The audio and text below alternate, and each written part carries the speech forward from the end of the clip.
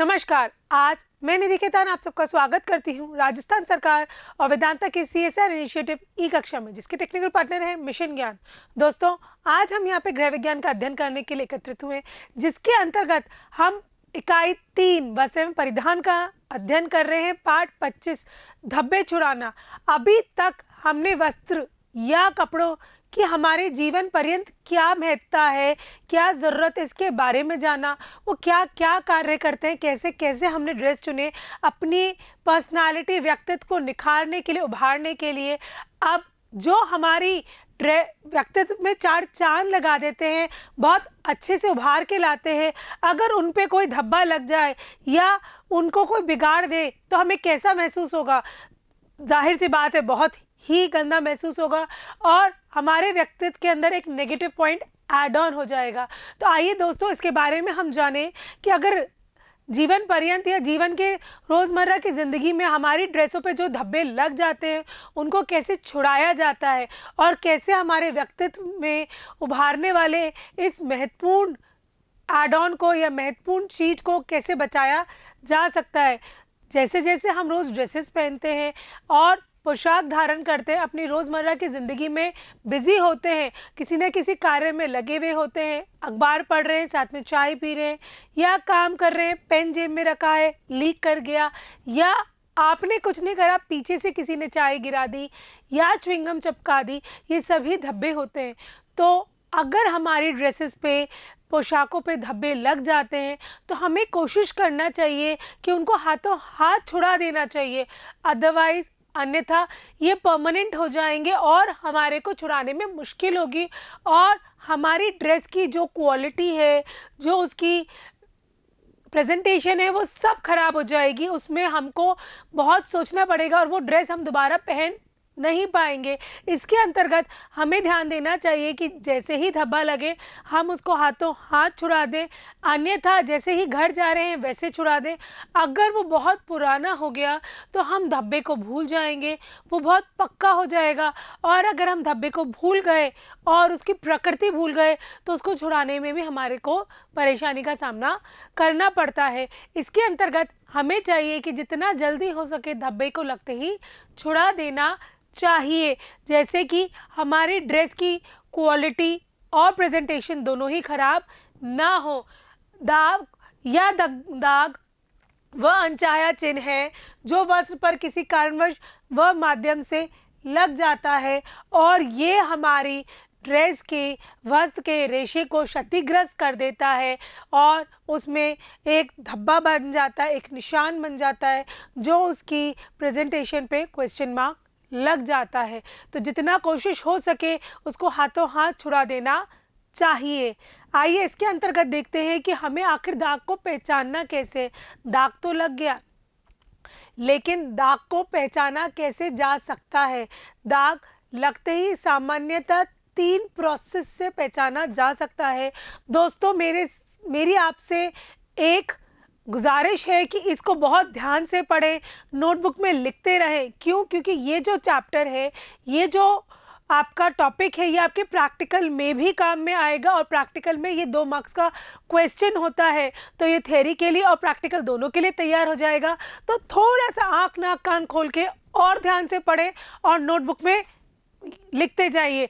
आइए देखते हैं सबसे पहले दाग को पहचानने का तरीका।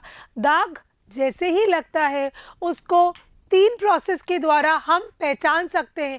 सबसे पहला है देखकर। तो हम किसी भी चीज़ को सबसे पहले आंखों से विजुअलाइज करते हैं देखकर। जैसे कॉफ़ी का दाग है, लिपस्टिक का दाग है, मिट्टी का दाग है, घास का दाग है, तो उसके रंग के अनुसार हम उसको देखकर पहचान सकते हैं कि उसका कौन सा रंग है, कौन सा बाह्य आकार है, शेप है, जिसको हम देखकर पहचान सकते हैं। फिर दूसरा आता है गंध द्वारा या सूंघ कर। जो हमारी दूसरी ज्ञानेंद्री है नाक, पहली है आँख, दूसरी है नाक। उसका उपयोग करके हम उसको स्मेल करके देख सकते हैं कि उसमें किस प्रकार की खुशबू या बदबू आ रही है। जैसे अगर पेंट का होगा या तारपन के तेल का होगा तो तेल की स्मेल आएगी, सब्जी का होगा तो हल्दी की स्मेल आएगी, लिपस्टिक का होगा लिपस्टिक की स्मेल, घास का घास की स्मेल।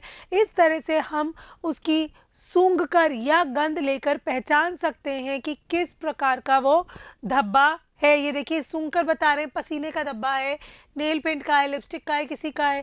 इसको देखकर जैसे ये कॉफ़ी का दाग दिख रहा है। तीसरा है हमारा स्पर्श कर कर। कभी कभी कोई धब्बे को हम हाथ से देख के पता लगा सकते हैं कि किस तरह का वो धब्बा है और किस प्रकार है। ये तीसरी ज्ञानेंद्री है जिसको हम सेंस ऑर्गन कहते हैं, वो स्किन है। तो हमारी 3 सेंस ऑर्गन एक किसी भी स्टेन या धब्बे को पहचानने में काम आ रहे हैं। पहला है आईज, देखकर, दूसरा है नोज, सूंघकर, तीसरा है स्पर्श टच, स्किन काम में आ रही है। तो इसके अंतर्गत हम धब्बे को छू कर पता कर सकते हैं। जैसे च्युइंगम का धब्बा है, अंडे का धब्बा है, अंडे का धब्बा कड़क बिल्कुल हो जाएगा। तो इस तरह से विभिन्न प्रकार के धब्बे जो होते हैं, पेंट के धब्बा मोटी परत बना लेता है, हम उसको हाथ से छूकर पता लगा सकते हैं कि किस प्रकार का धब्बा है। जब हमने ये तीनों प्रोसेस के द्वारा धब्बे को पहचान लिया है तो अब हम उसका वर्गीकरण कर सकते हैं कि वो किस वर्गीकरण और किस के अंतर्गत धब्बा फॉल करता है। जैसे हमने उसका आगे का धब्बे छुड़ाने का ट्रीटमेंट करना है। दाग धब्बे छुड़ाने की सामग्री एवं विधि के चयन की सुविधा की दृष्टि से सभी धब्बों को वर्गीकृत किया गया है उनके ओरिजिन के अनुसार।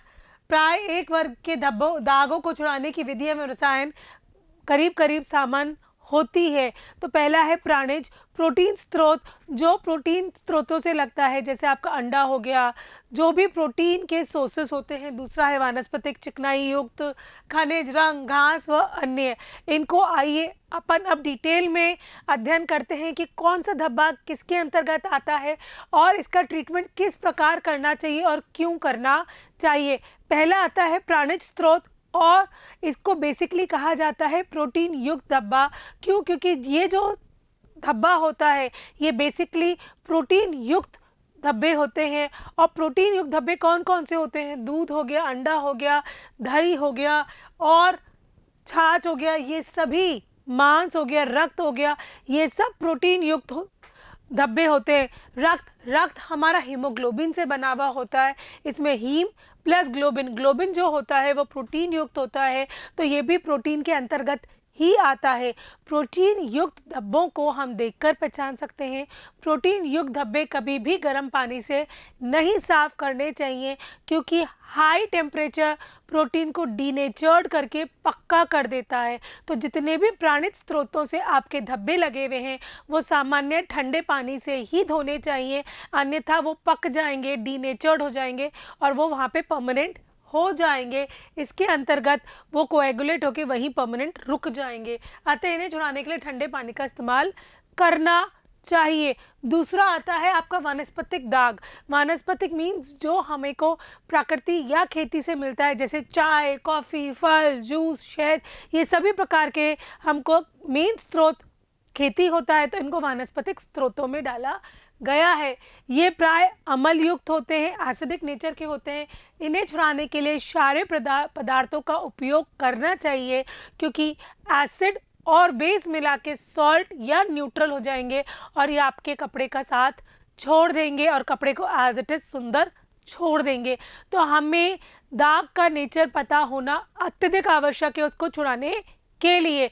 आइए इसके अंतर्गत देखते हैं चिकनाई युक्त दाग। इसका मतलब वो दाग जो तेल, घी या किसी प्रकार की ग्रीस से लगता है, इसमें चिकनाई होती है और ये तेलीय वर्ग का होता है। इन्हें अवशोषक तथा घोलक के द्वारा वस्त्र से छुड़ाया जाता है क्योंकि अवशोषक और घोलक चिकनाई को अपने अंदर घोल लेगा और कपड़े से छोड़ देगा। अवशोषक इसको अपने कपड़े से सोख लेगा और बाहर निकाल लेगा और कपड़े को एज इट इज सुंदर छोड़ देगा। इसके अंतर्गत आता है दूसरा खनिज दाग जो खनिज लवणों से या खनिज से बनता है। इस प्रकार के धब्बों में खनिज तत्व के यौगिक पाए जाते हैं। ये औषधि, जंग, स्याही के दाग होते हैं। इन दागों को पहले अम्ल युक्त घोल से छुड़ाया जाता है, तत्पश्चात क्षारीय घोल से छुड़ाया जाता है। अम्ल से ही अम्लीय हो जाएगा। अगर अम्ल को हम कपड़े से नहीं हटाएंगे तो कपड़ा कटने लग जाएगा, इसलिए इसको न्यूट्रलाइज करके क्षारीय घोल में मिलाया जाता है और उसको न्यूट्रलाइज किया जाता है और उसको कपड़े को बचाया जा सकता है। फिर आता है आपके रंग के धब्बे। ये बिल्कुल भिन्न भिन्न रंग के धब्बे होते हैं। इनको बिल्कुल विभिन्न कैटेगरी में डाला गया है। ये कुछ अम्लीय, कुछ क्षारीय और कुछ उदासीन भी होते हैं। तो पहले हमें पता करना होता है कि इसका बेस नेचर कौन सा है। अतः इनको छुड़ाने के लिए पहले इनकी प्रकृति और नेचर जाने, फिर उसके अनुसार उसके ऑपोजिट डायरेक्शन में काम करें। अगर दाग अम्लीय है तो क्षारीय उत्पादक काम में लेंगे, अगर क्षारीय है तो अम्लीय उत्पादक काम में लेके उस दाग को छुड़ाया जाता है। फिर आता है घास के दाग। घास के दाग हालांकि वानस्पतिक है लेकिन ये क्लोरोफिल युक्त होते हैं, इस कारण इनको वानस्पतिक दागों में नहीं डाला गया है, इनको अलग किया गया है। ये साबुन के पानी से भी छुड़ाए जा सकते हैं और ना छूटने की स्थिति में मिथाइलेटेड स्पिरिट का उपयोग किया जा सकता है। ये दोस्तों आपके लिए बहुत ही इम्पॉर्टेंट है कि बच्चे खेलने जाते हैं, खेलते खेलते उनको बड़ा मज़ा आता है, घास में गिर गए या घसट गए और इस प्रकार हर जगह घास के धब्बे लग जाते हैं और आपके कपड़े की खूबसूरता में खराबी या दाग लगा देते हैं, जिसको छुड़ाने के लिए हम सामान्यतः साबुन से धो के देखें। अगर नहीं होता है तो मिथाइलेटेड स्पिरिट या डॉक्टर स्पिरिट जो होती है उससे छुड़ाने की कोशिश करेंगे तो वो हट जाएगा, क्योंकि ये क्लोरोफिल युक्त होता है, पर्ण रहित युक्त होता है। आइए इसके अंतर्गत और देखते हैं। एनामल पेंट तथा वार्निश के दाग, इनको बिल्कुल ही डिफरेंट कैटेगरी में डाला गया है क्योंकि इनके प्रकृति बेस नेचर बिल्कुल भिन्न होता है, इसी से इनको सर्वत्र अलग कैटेगरी में डाला गया है। इनका बेस नेचर देखा जाता है कि ये एसिडिक है या बेस, क्षारीय है या अम्लीय है, उसी के अंतर्गत उसी के अनुसार इनका छुड़ाने का प्रोसेस किया जाता है। आइए इसके अंतर्गत अन्य धब्बे या अज्ञात धब्बे वो होते हैं जिनके बारे में हम नहीं जानते या जिसके कपड़े पे लगा है उससे पूछे तो पहले पता नहीं कैसे लग गया, तो उनको अन्य धब्बे या अज्ञात धब्बों के अंतर्गत डाला जाता है। जैसे पसीने के धब्बे को प्राणिज दाग में वर्गीकृत नहीं किया गया क्योंकि इसमें प्रोटीन नहीं है, कि हालांकि ये हमारे शरीर से ही निकल रहा है लेकिन इसमें प्रोटीन नहीं है, इसीलिए पसीने के दाग को प्राणिज स्रोत नहीं कहा गया है। इसे ठंडे पानी और अमोनिया के तनु घोल, ये सामान्य अम्लीय होता है, एसिडिक होता है, तो साबुन के घोल या अमोनिया तनु घोल, अमोनिया बेसिक होता है, बेस होता है, क्षारीय होता है, इसके अंतर्गत ये छूट जाता है।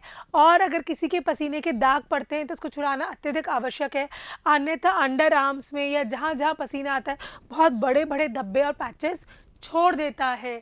इसी प्रकार झुलसने का दाग किसी विशेष वर्ग में नहीं डाला जाता, इसलिए इसे अन्य में वर्गीकृत किया गया है। जब तेज प्रेस किसी कपड़े पे लगती है तो रेशा झुलस के और वो अजीब सा भूरा या काला रंग प्रदर्शित करता है, जिसके अंतर्गत उसको विरंजित किया जाता है और छुड़ाया जाता है। कुछ दाग धब्बे पहचाने नहीं जाते हैं क्योंकि वे पुराने हो जाते हैं, सूखकर रंग, रूप और गंध स्वरूप सब बदल लेते हैं, तो हम उनको पहचान नहीं पाते। इसीलिए कहा जाता है कि धब्बा लगते ही जितना हो सके उसको उसी समय छुड़ा दिया जाए। और इन्हें इसीलिए जो पुराने धब्बे होते हैं उनको अज्ञात धब्बों के अंतर्गत वर्गीकृत किया जाता है। अगर आप धब्बे को आसानी से वर्गीकृत कर पाते हैं तो आप उसको छुड़ाने की प्रक्रिया को भी आसानी से फॉलो कर पाएंगे। और इसमें सबसे पहले किसी भी धब्बे को साधारण नॉर्मल टेम्परेचर के पानी से धोना चाहिए, क्योंकि जब तक आपको नहीं पता तो आप किसी भी गर्म पानी या किसी भी सोल्यूशन का उपयोग ना करें, क्योंकि आपको नहीं पता। तो सबसे पहला स्टेप होता है नॉर्मल टेम्परेचर के पानी से धोना, क्योंकि अगर प्रोटीन युक्त होगा गर्म पानी से धोआ तो वहीं पे कोएगुलेट डीनेचर होके पक्का हो जाएगा। आइए इसके अंतर्गत देखते हैं कि कौन कौन सी विधियां या कौन कौन से बेसिक प्रोसेस होते हैं जिनके अंतर्गत हम दाग को छुड़ा सकते हैं। जैसे घोलक प्रक्रिया के अंतर्गत वसा में घुलनशील धब्बों को छुड़ाया जा सकता है।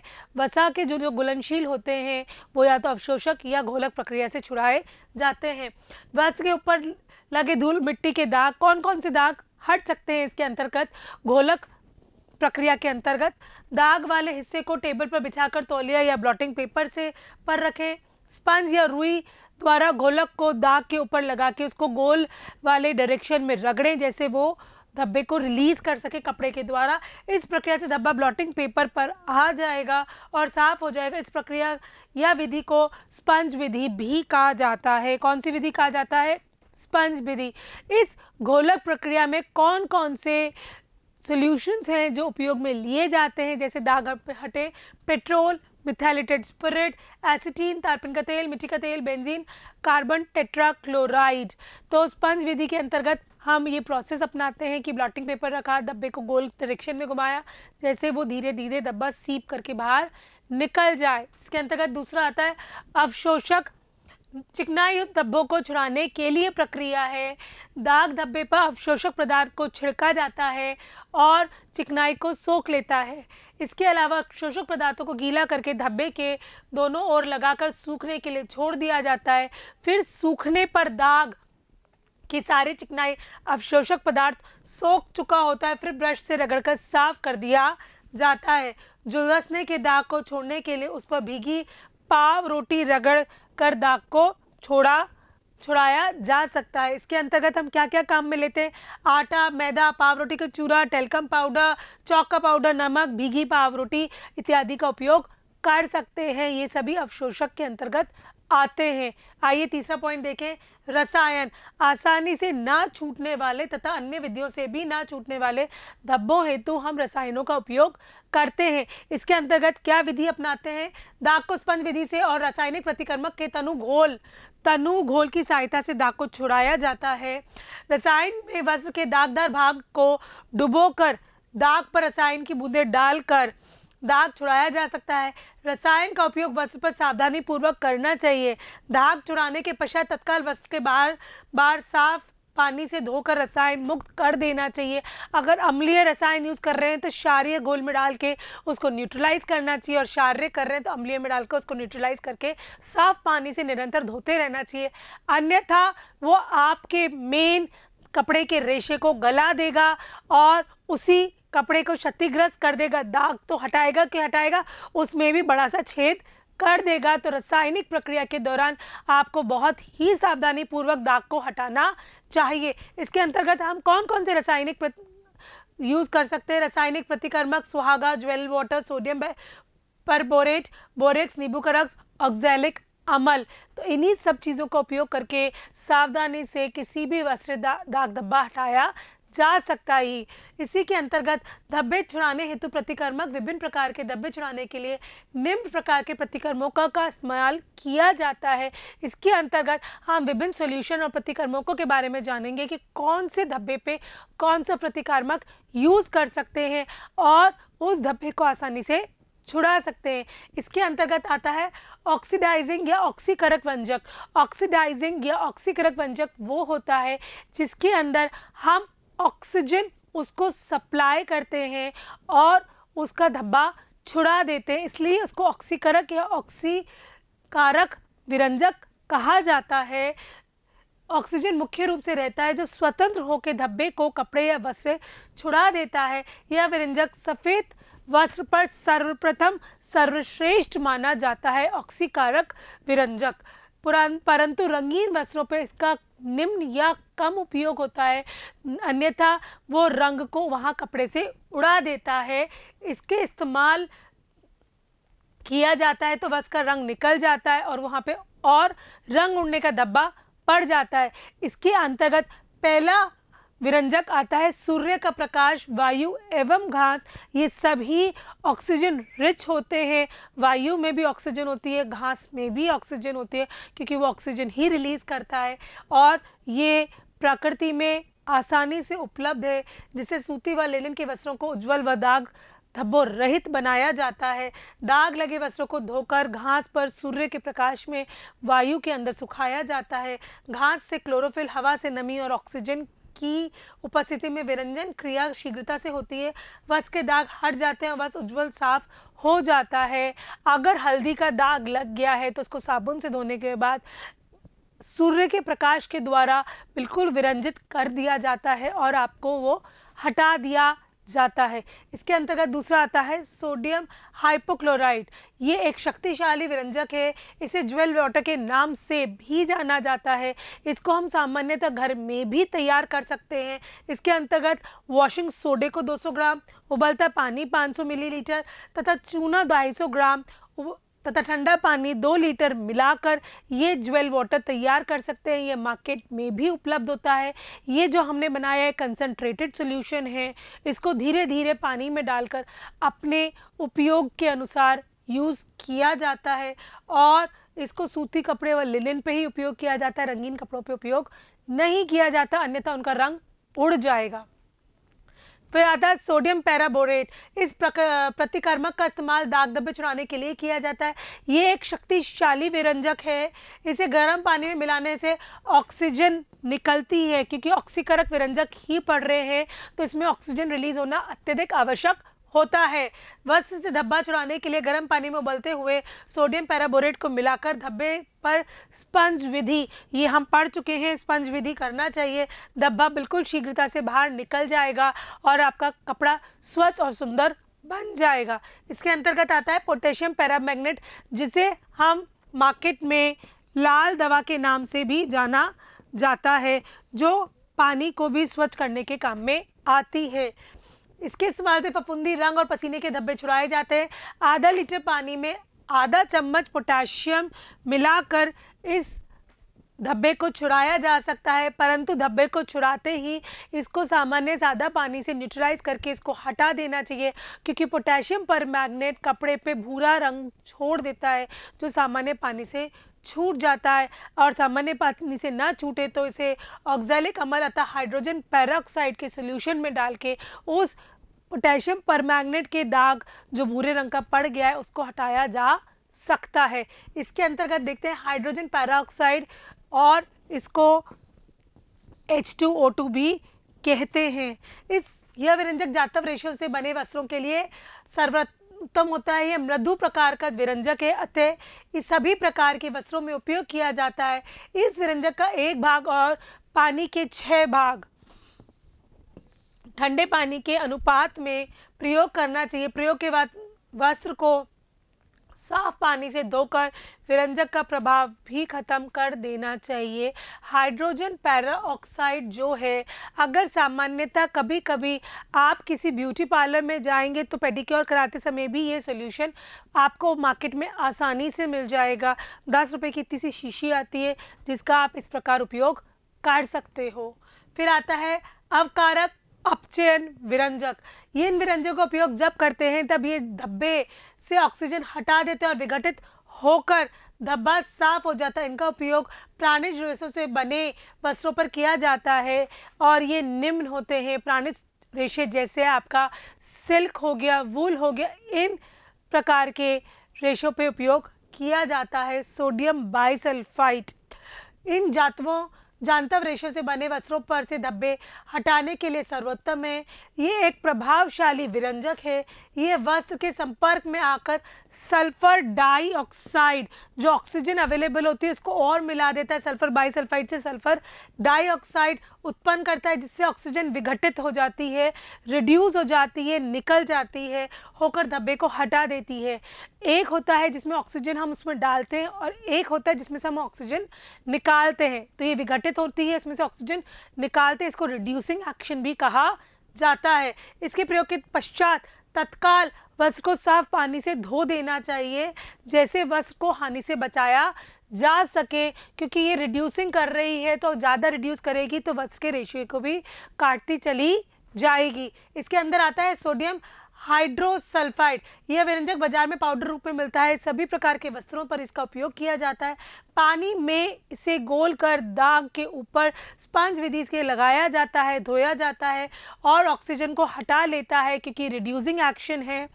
धब्बा साफ हो जाता है। इसके प्रयोग के बाद वस्त्र को साफ पानी से धो देना चाहिए, क्योंकि मैं निरंतर कहे जा रही हूँ जब जब हम धब्बे को छुड़ाने के लिए कोई केमिकल यूज़ कर रहे हैं तो उसको बाद में और निरंतर बीच बीच में साफ पानी से धोते रहना चाहिए, जैसे वो विरंजक सिर्फ धब्बे पे कार्य करे, आपके रेशे को क्षतिग्रस्त ना करे और आपका ड्रेस खराब ना हो। आइए इसके अंतर देखते हैं अम्लीय प्रतिकर्मक और एसिडिक प्रतिकर्मक। अभी तक हमने पढ़ा था और ऑक्सीडाइजिंग, जिसमें हम ऑक्सीजन को ऐड कर रहे थे, उसमें जैसे आपका सूर्य का प्रकाश हो गया, ये हो गया। एक आपने पढ़ा था रिड्यूसिंग, जिसमें से हम ऑक्सीजन निकाल रहे थे। इसमें हम ऑक्सीजन डाल रहे हैं और इसमें से हम ऑक्सीजन निकाल रहे हैं। अब आ रहा है अम्लीय प्रतिकर्मक और एसिडिक प्रतिकर्मक। ये उन धब्बों पर अटैक करता है जो क्षारीय होते हैं।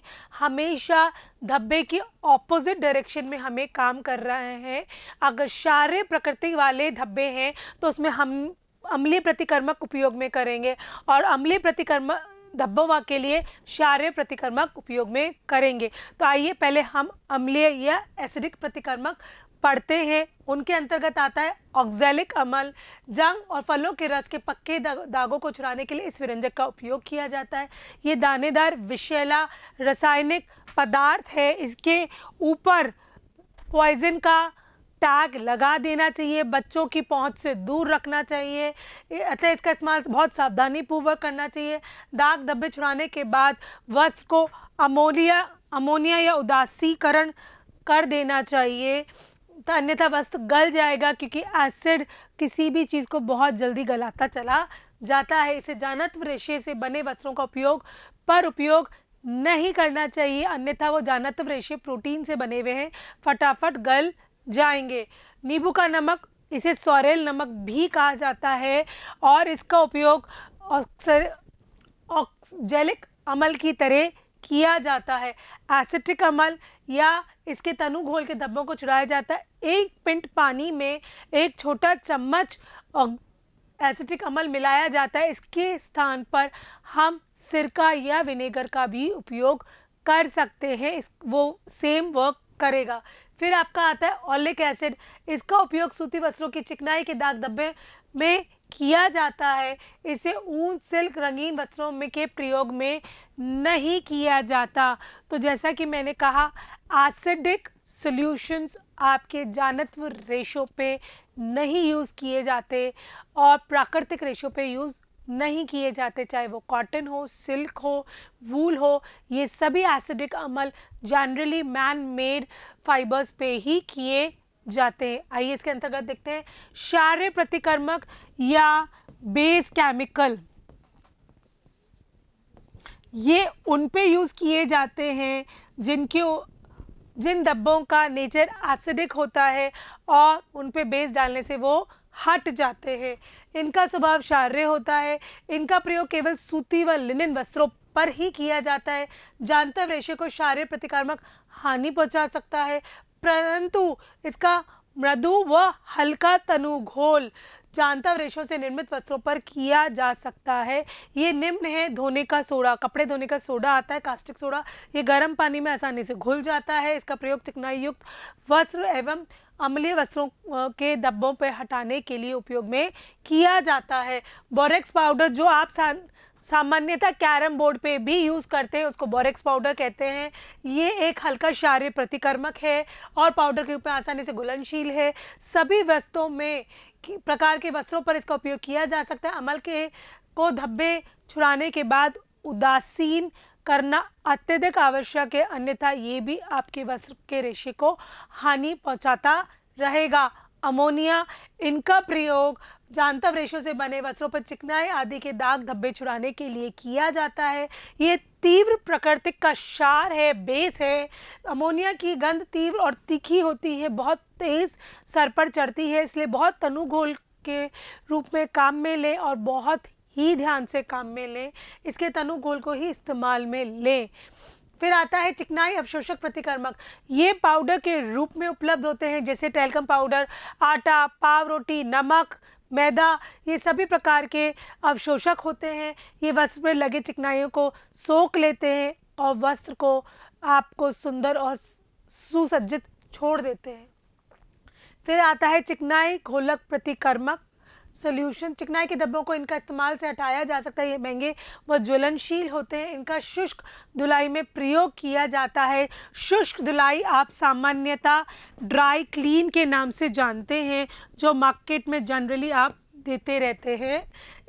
ये गोलक पेट्रोल, बेंजीन, एसीटेन, मिथाइलेटेड स्पिरिट, तारपीन का तेल, केरोसिन या कार्बन टेट्राक्लोराइड होता है। मार्केट में इजीली अवेलेबल होते हैं, लेकिन सामान्यतः इनका प्रयोग बहुत सावधानी से और स्पंज विधि से ही करना चाहिए।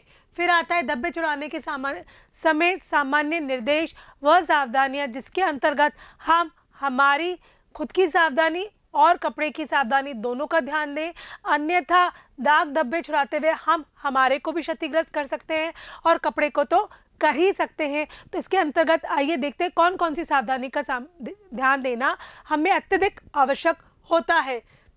दाग को देखकर, स्पर्श कर सूंघ कर पहचानें कि दाग किस कैटेगरी में फॉल करता है और किस प्रकार के गोलक हमें उपयोग में लेने चाहिए। वस्त्र की किस्म को जान ले कि जाना तय है, मैन मेड है, प्राणिज है, कौन सा वस्त्र, कौन सा रेशा इसमें उपयोग में लिया गया है। वस्त्र की प्रकृति व रचना के साथ साथ धब्बे की प्रकृति और रचना को पहचान लें। धब्बे छुड़ाने वाले पदार्थों और विधि का चयन करें। रंगीन लिनन, ऊन, रेशम व रेयान पर प्रतिकर्मों के केवल हल्के घोल का ही प्रयोग करें। इसके लिए मैं आपको एक सलाह देने चाहूँगी कि पहले हर चीज़ पे हल्का मृदु तनु घोल ही उपयोग में लें, जैसे वो आपको और वस्त्र को दोनों को क्षति ना पहुंचाए। आइए इसके अंदर प्रतिकर्मक के प्रयोग के तुरंत बाद वस्त्र को उसके प्रभाव से मुक्त करने के लिए साफ पानी से धो लें, जैसे वो न्यूट्रलाइज हो जाए और रेशे पे जो केमिकल रिएक्शन चल रहा है वो वहीं पे ख़त्म हो जाए। रंगीन वस्त्रों से दाग हटाने से पहले जांच ले कि रंग पक्का है या कच्चा, अन्यथा वहाँ पे दाग तो जाएगा ही जाएगा, रंग भी चला जाएगा और एक बेरंग का धब्बा छोड़ जाएगा कि जो कभी मिट नहीं सकता। ज्वलनशील रासायनिक पदार्थों का प्रयोग करते समय आग से बचने के लिए सावधानी रखनी चाहिए। दाग धब्बे छुड़ाने के लिए घोलक, अवशोषक व रासायनिक विधियों से में उचित विधि का चयन करना चाहिए कि किस प्रकार का धब्बा है, किस प्रकार का रसायन, किस सोल्यूशन और किस कॉन्सेंट्रेशन से काम में लेना चाहिए। ये हमें बहुत ध्यान देने की आवश्यकता है। सर्वप्रथम घरेलू सामग्री जैसे साबुन, ठंडा गर्म पानी, दही, नमक, नींबू, कच्चा दूध आदि से धब्बा छुड़ाने की कोशिश करनी चाहिए। जब इनसे धब्बा ना छूटे तब विरंजक का उपयोग करना चाहिए, क्योंकि जो घर के सॉल्यूशंस हैं या घर की जो सैंपल्स हैं वो सामान्यतः आपके रेशे को कोई क्षति नहीं पहुंचाएंगे। रासायनिक पदार्थों का धब्बा छुड़ाते समय उपयोग खुली हवा या स्थान पर करना चाहिए, जैसे अगर उनकी फ्यूम्स निकले तो आपको क्षति ना पहुंचाए और वो न्यूट्रलाइज हो जाए। प्रतिकर्मकों के तनु घोल का ही इस्तेमाल करना चाहिए। तनु घोल करेंगे तो आप और कपड़ा दोनों सुरक्षित रहेंगे। आशा करती हूँ दाग धब्बे छुड़ाने वाले पाठ के अंतर्गत हमने बहुत ध्यान से पढ़ा होगा। दोस्तों, ये पाठ जैसा कि मैंने कहा प्रैक्टिकल के अंदर भी बहुत इम्पॉर्टेंट है। आपका ये 2 मार्क्स का आता है।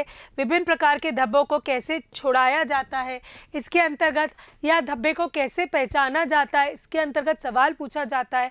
तो इस पाठ में हमने कौन कौन से धब्बे होते हैं, पहली बात तो धब्बों को कैसे पहचाना जाता है, वो 3 कैटेगरीज पढ़ी। धब्बे कितनी कैटेगरीज में होते हैं, प्राणिज, चिकनाई युक्त, वानस्पतिक, रंग, इनामल पेंट, अन्य, घास, ये सबको वर्गीकृत करा।